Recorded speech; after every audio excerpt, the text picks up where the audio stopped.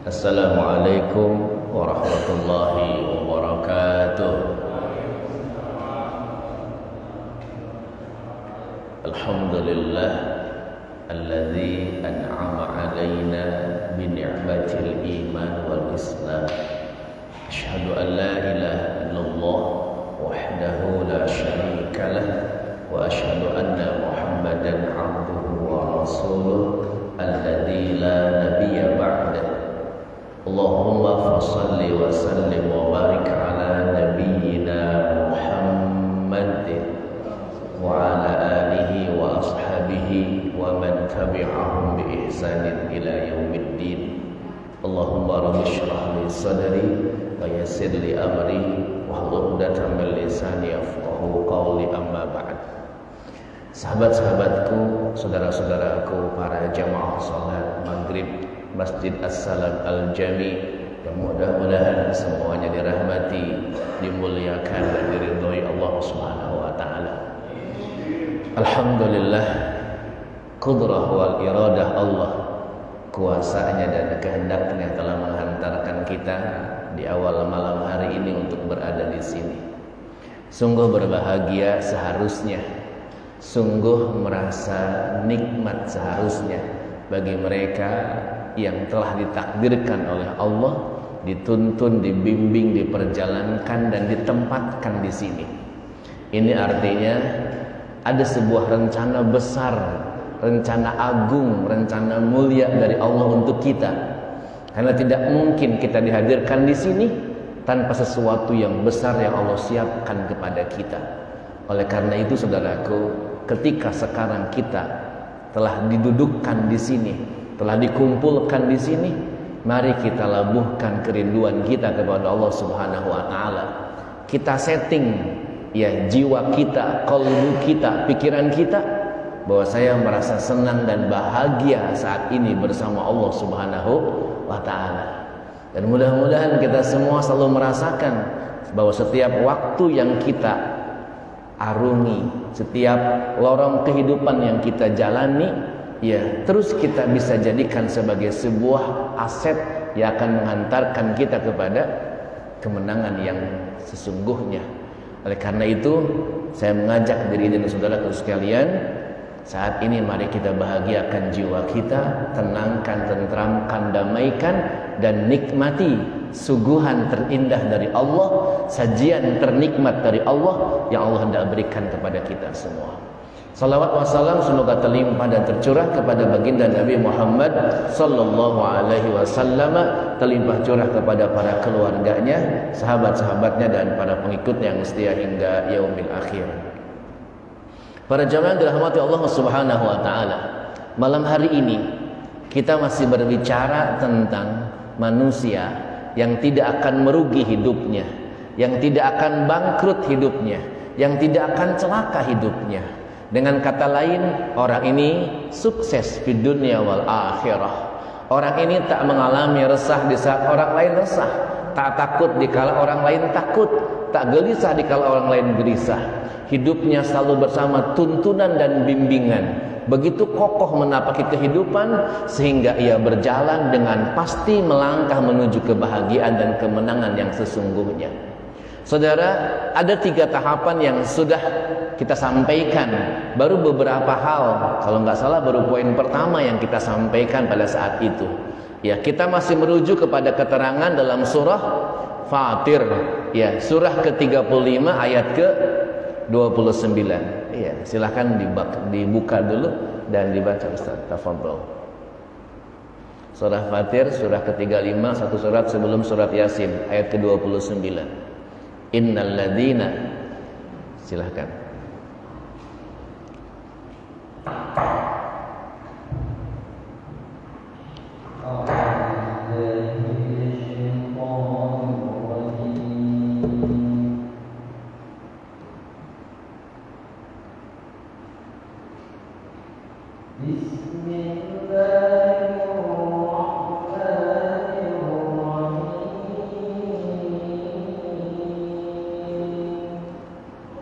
Allah.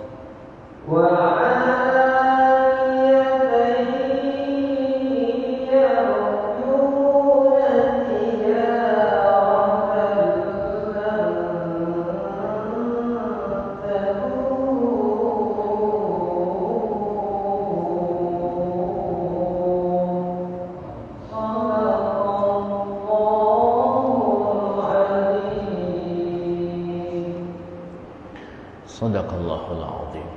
Taib, para jamaah dirahmati Allah Subhanahu wa taala.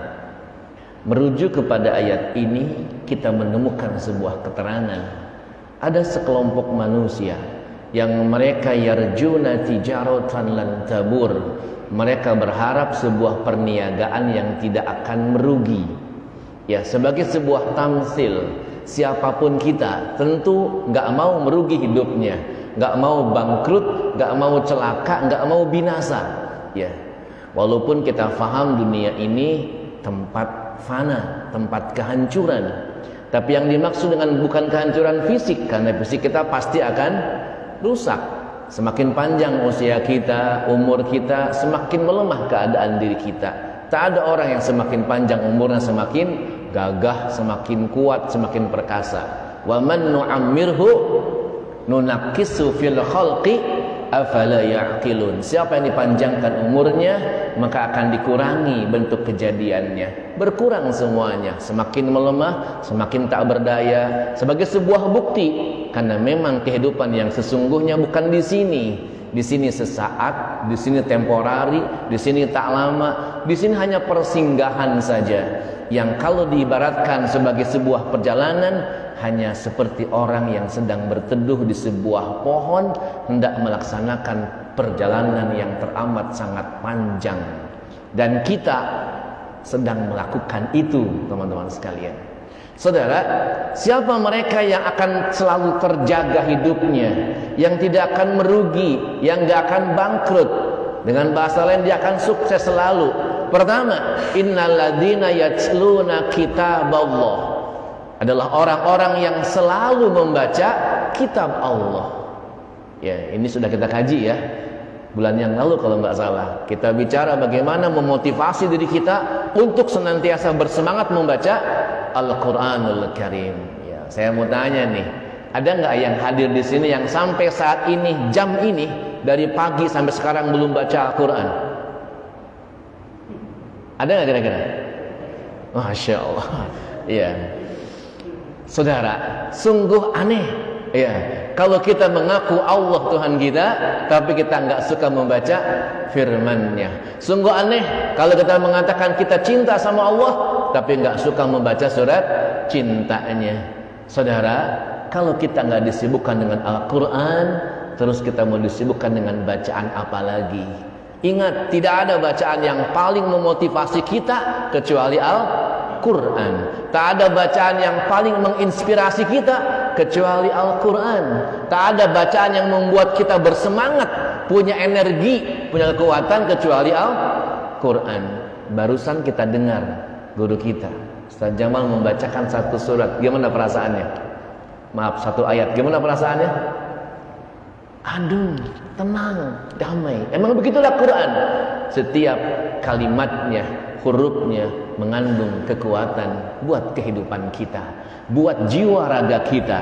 Ya, rohani kita kokoh, fisik kita pun tersirami oleh energi yang kita bacakan dari Al-Quranul Karim.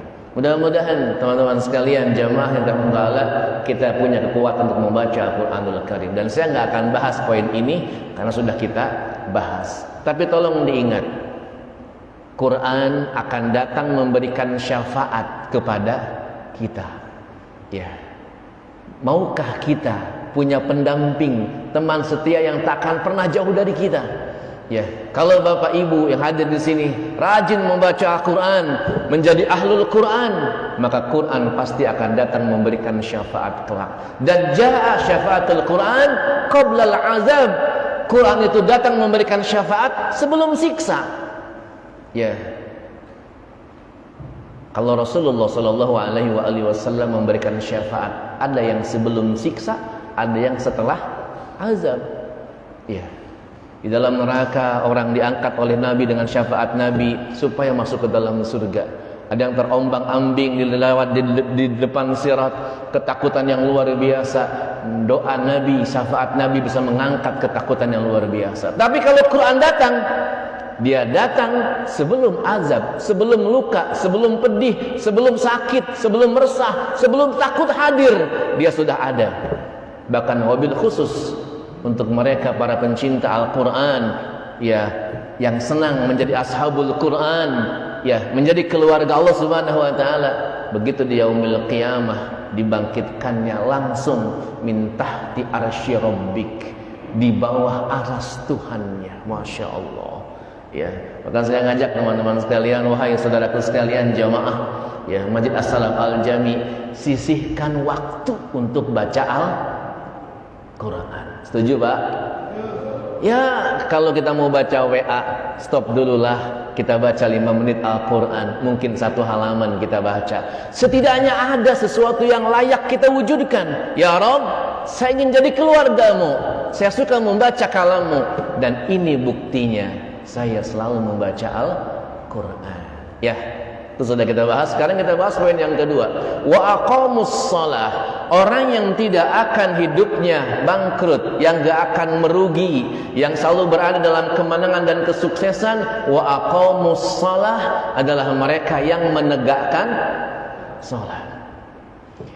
Mungkin kalau kita mau tafakur, kita sudah sekian banyak mengerjakan salat.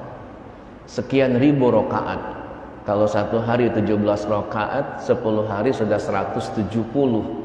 Ya, 1000 hari 3 tahun sudah 17.000. Ya, yang menjadi sebuah pertanyaannya, sudahkah kita menegakkan salat ini?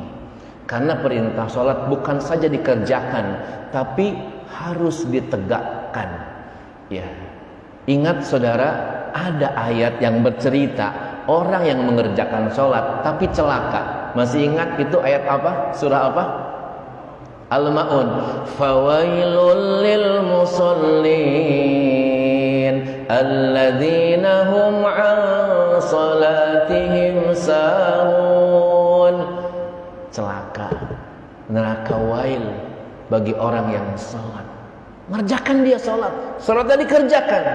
Alladzina hum an salatihim sahun, tapi mereka lalai dari salatnya. Artinya mengerjakan tapi tidak menegakkan salat itu sendiri. Bagaimana menegakkan salat? Ya, kalau mengerjakan salat ritual kita kerjakan, ya seperti yang tadi, zuhur, asar, maghrib, mengerjakan salat sebagai sebuah kewajiban yang tak boleh ditinggalkan.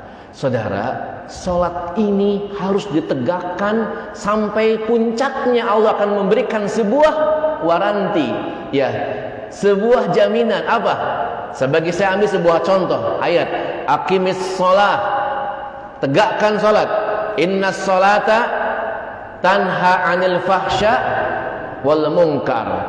Tegakkan salat.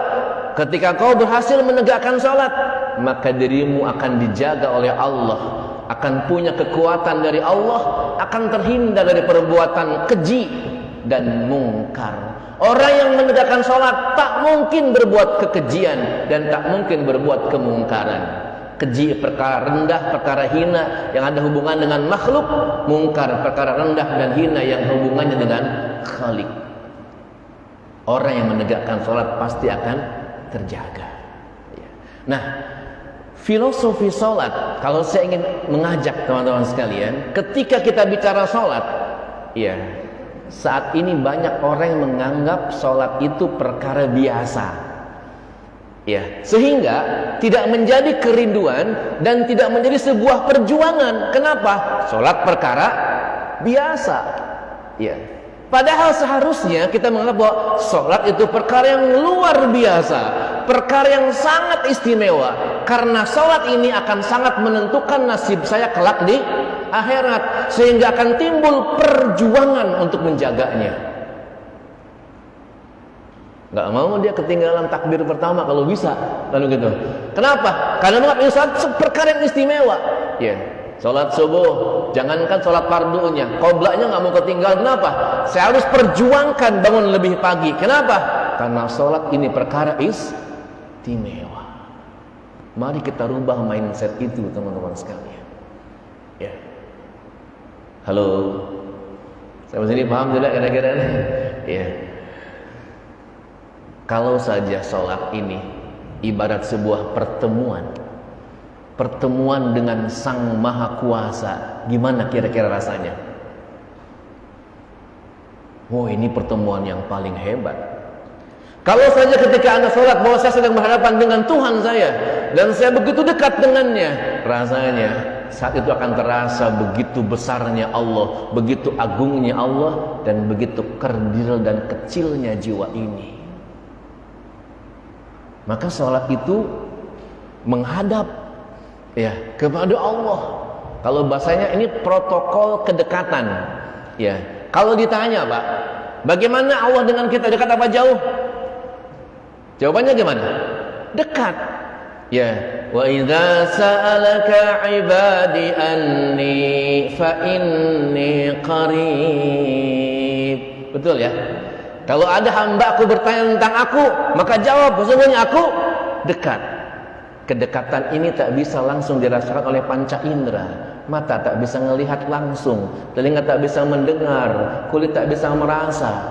Tapi kedekatan ini akan terasa kalau mengikuti prosedur yang ditetapkan. Saat kapan?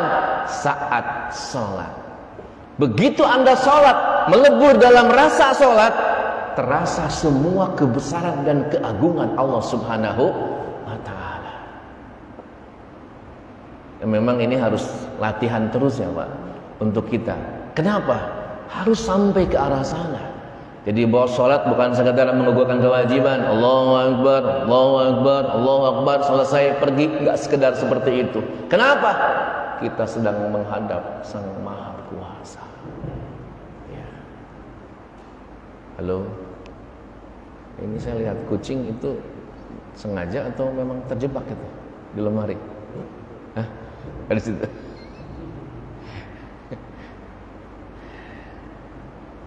Taib.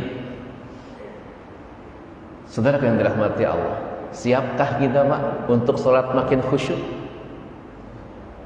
Saya mau tanya, yang hadir di sini semua sholatnya sudah khusyuk apa belum? Nah, kalau belum saya mau tanya, kapan sholatnya mau khusyuk? Kan begitu. Coba. Ya, kalau bicara sholat itu, Ustaz, ya saya sholatnya belum khusyuk. Iya, kalau bicara belum khusyuk, kapan kita khusyuknya? Kalau tahun 2000 belum khusyuk, tahun 2002 belum khusyuk, tahun 2003 belum khusyuk, tahun 2000 berapa kita akan khusyuk? Saya ingin bilang teman-teman sekalian, jamaah yang mulia, bahwa kebanyakan orang sholat tidak berusaha untuk meningkatkan kualitas sholat. Ini permasalahan kita. Ya, sedari dulu sholatnya sama terus, sama-sama nggak ngerti, sama nggak paham, sama nggak khusyuk. Ya, ini PR kita, PR guru, PR para asatiz, dan sekaligus PR jamaah juga. Bagaimana kita semua bisa sholatnya khusyuk? Begitu, Pak. Tadi Bapak sholat asar, betul? Barusan sholat maghrib. Ada nggak sesuatu yang ingin saya perbaiki dari sholat isya? Kalau kita nggak berusaha memperbaiki, berproses ke arah lebih baik, kita nggak akan menjadi lebih baik. Kalau kita nggak berusaha untuk menuju ke arah lebih sempurna, nggak bakal jadi sempurna. Akan sama terus levelnya. Ya, maaf, seseorang yang merasa cukup dengan hafalan juz 30 nggak akan pernah bisa menghafal juz 29. Halo? Saya mau sholat cukup aja gini. Halo? Ada nggak yang bilang begitu? Yang penting saya mau ke masjid berjamaah. Soal ngerti nggak ngerti, udah saya mah cukup begini. Berubah nggak dia kira-kira? Nggak bakalan berubah, teman-teman sekalian. Ayo kita lihat, ketika Anda tertantang untuk khusyuk dalam sholat, Allah berikan surga Firdaus loh. Ini dahsyat nih. Ya, jadi kesungguhan Anda mau perbaiki, mulai dari cara takbir. Makanya ilmu, Pak, ilmu hal, ilmu yang sangat membantu kita untuk kemenangan yang sesungguhnya. Bagaimana kaifiyah sholat? Karena prosedur sholat ini sudah ada aturannya, nggak boleh ngarang dengan sendirinya, nggak bisa. Nabi bersabda, "Shallu kama ra'aitumuni usolli." Sholatlah kamu sebagaimana kau lihat aku sholat. Nggak sembarangan, teman-teman sekalian. Ya, ada aturannya, ada bingkainya, ada pedomannya, ada tata caranya. Rukunnya ada, syaratnya ada, sempurnanya ada. Semua harus kita kuasai. Mudah-mudahan malam hari ini saya dan jamaah sekalian termotivasi untuk memperbaiki sholat kita semua. Setuju, Pak? Nih, kita coba buka surah yang sangat sering kita baca, surah Al-Mu'minun. Surah keberapa itu? Surah ke-23. Iya.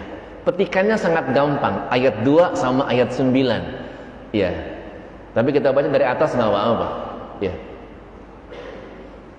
Jadi Ustaz, ayat pertama, ayat kedua, lompat ke ayat 9, langsung ayat 10, supaya kita bisa ngerasakan, oh, tantangan sholat itu, ya, Anda semakin khusyuk sampai ke top, ke puncak kehusuannya, jaminannya surga Firdaus, teman-teman sekalian. Ya, silakan Ustaz, fadhol. Ya.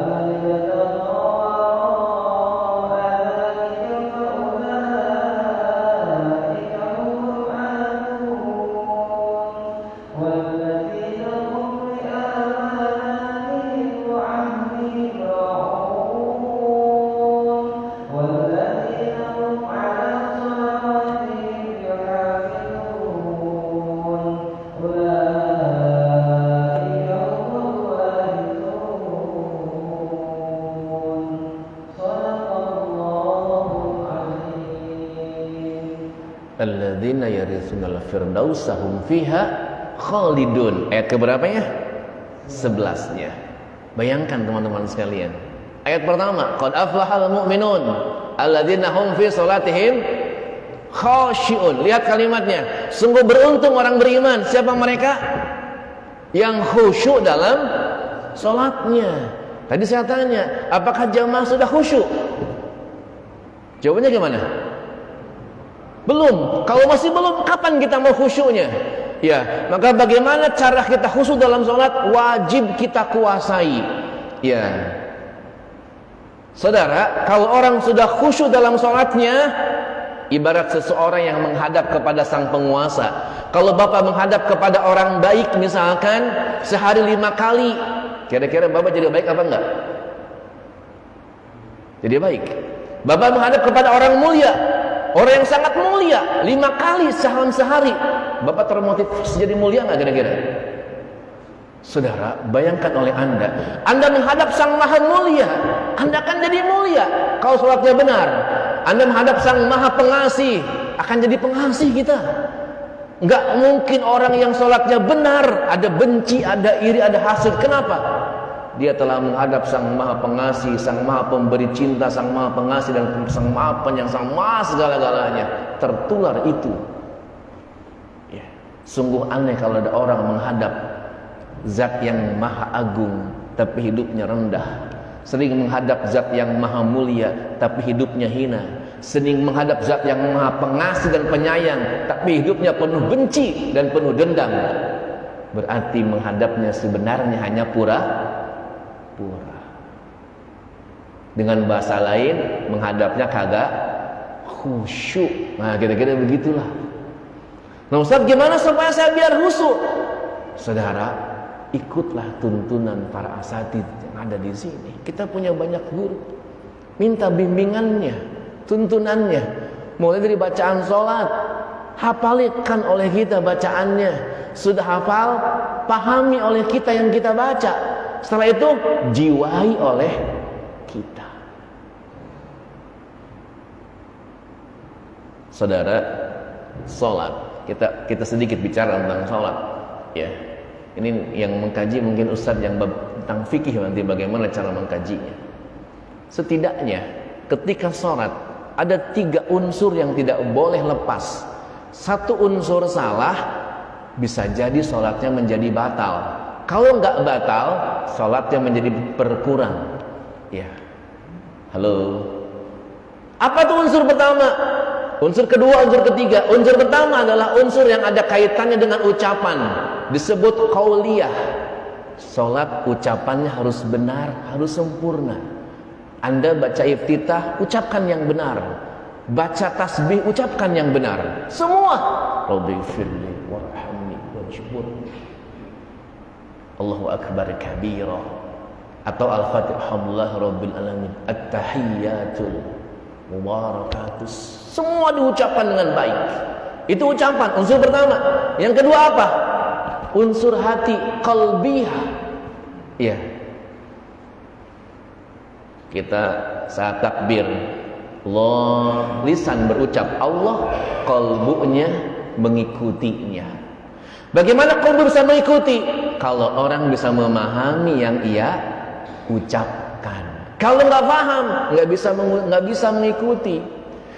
Memahami yang ia ucapkan, mengikuti dengan hati, namanya menjiwai. Ya. Alhamdulillahi Rabbil Alamin. Faham ucapannya, hati mengikuti, namanya menjiwai. Kalau orang sudah menjiwai antara qauliyah dan qalbiyah, maka fi'liyahnya, gerakannya akan menjadi tartib, menjadi nikmat. Nggak gampang goyang, nggak gampang geser. Kenapa? Ikut arahannya. Begitu Pak nikmatnya. Kalau orang sudah mengerti kaifiyah sholat yang benar. Maka bapak-bapak sekalian, kalau sekarang sampai saat ini belum hafal bacaan sholat, silakan hafalkan. Sudah hafal, pahami. Ya, setelah itu belajarlah untuk terus menjiwai. Ustaz, saya belum bisa menjiwai. Kan ribuan rakaat lagi kita akan melaksanakannya. Mungkin maghrib ini belum. Maghrib bulan depan saya sudah bisa menjiwai. Ya, hanya untuk bacaan ruku saja. Subhana rabbiyal azim wa bihamdi. Jiwai oleh kita. Atau hanya untuk bacaan i'tidal. Sami'allahu liman hamidah. Rasakan nikmat.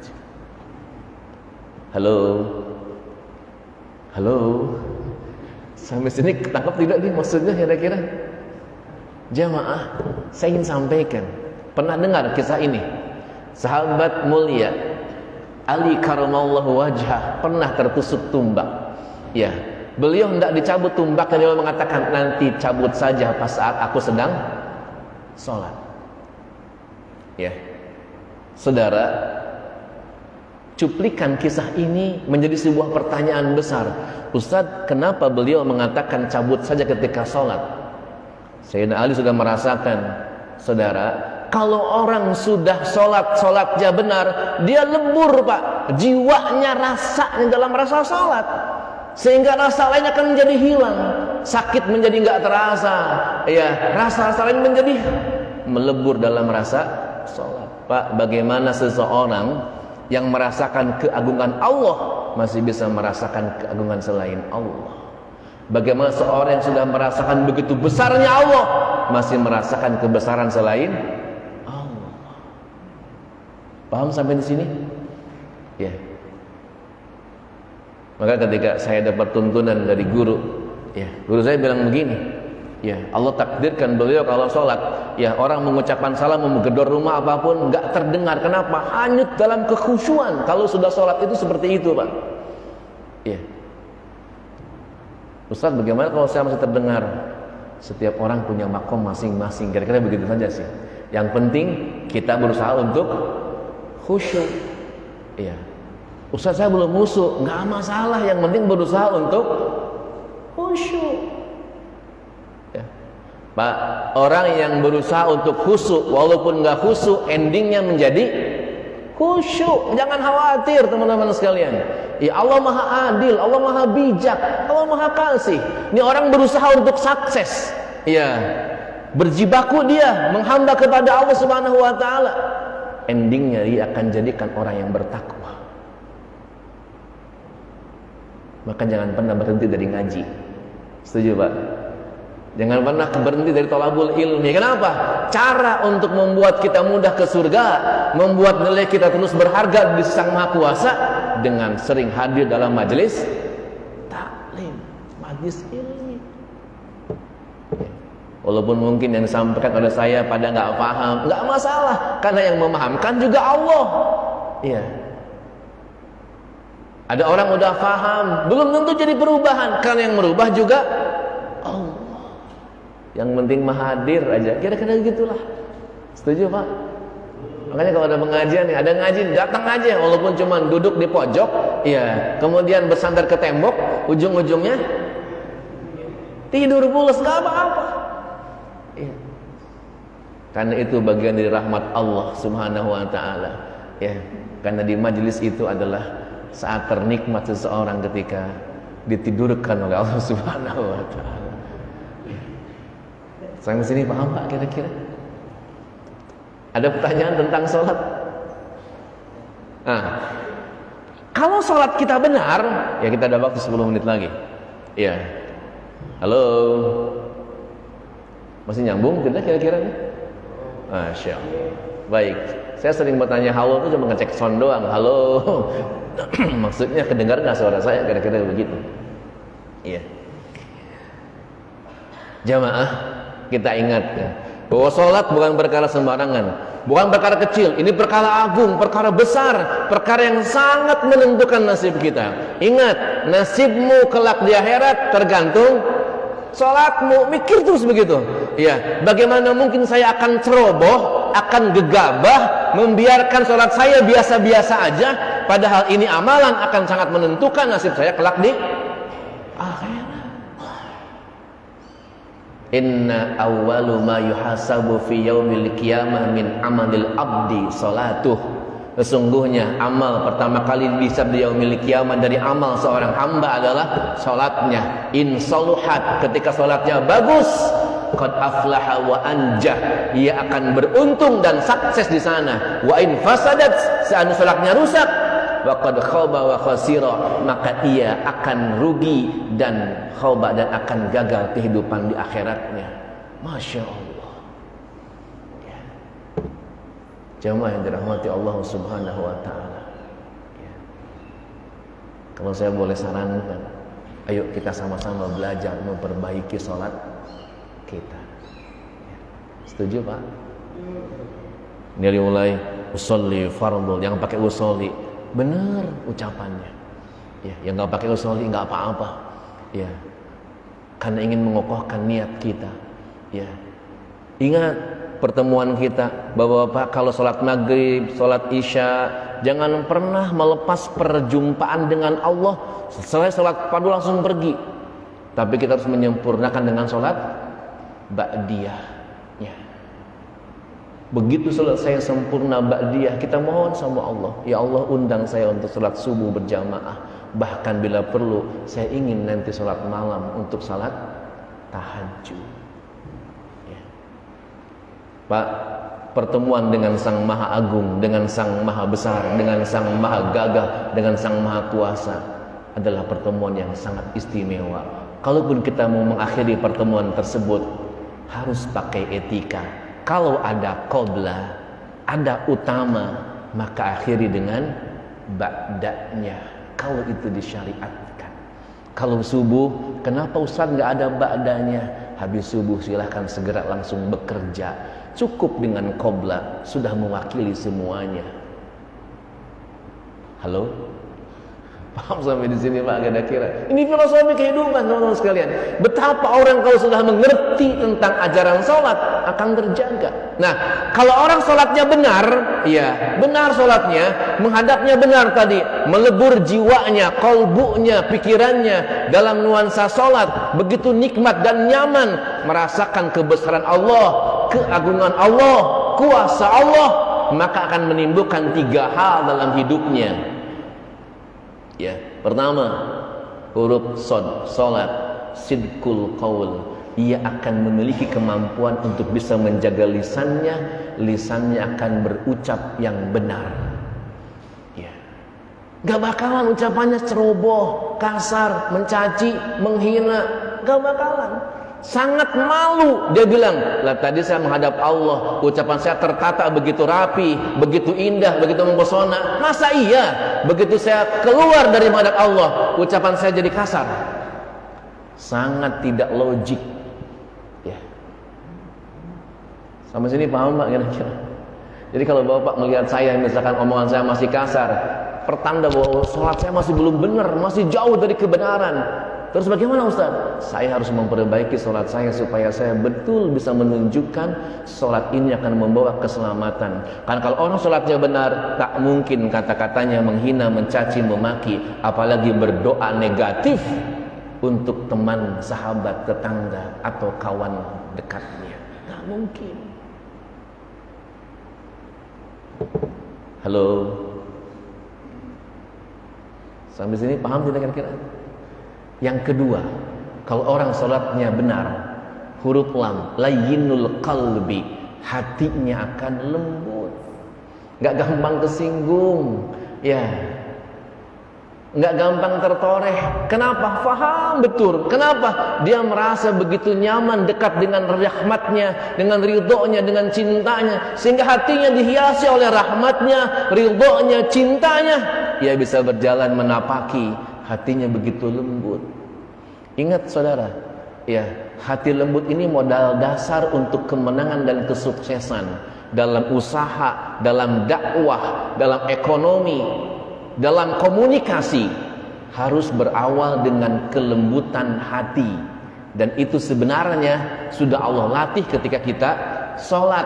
Cuman banyak orang yang sholat tadi cuman sholatan, sholat ala kadarnya.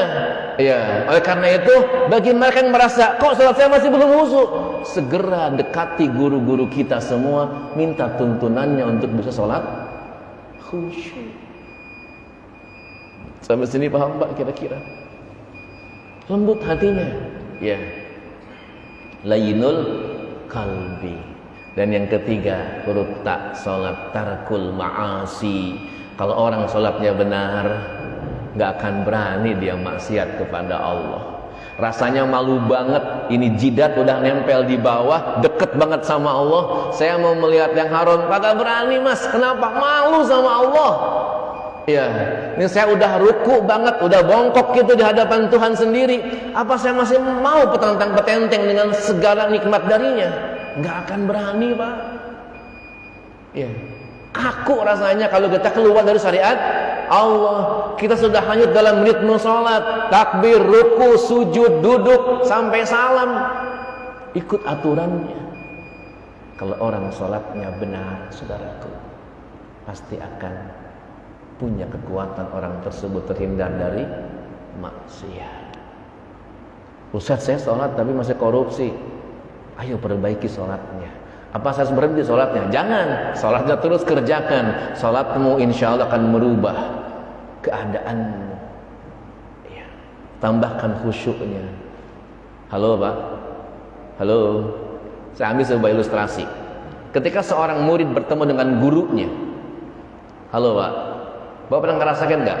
Ketika rasa takzim Bapak kepada guru Bapak sendiri, akan sangat beda pertemuan itu dengan seorang murid yang menganggap gurunya biasa-biasa aja. Energi sang guru nggak dirasakan. Betul apa tidak? Betul apa tidak Pak?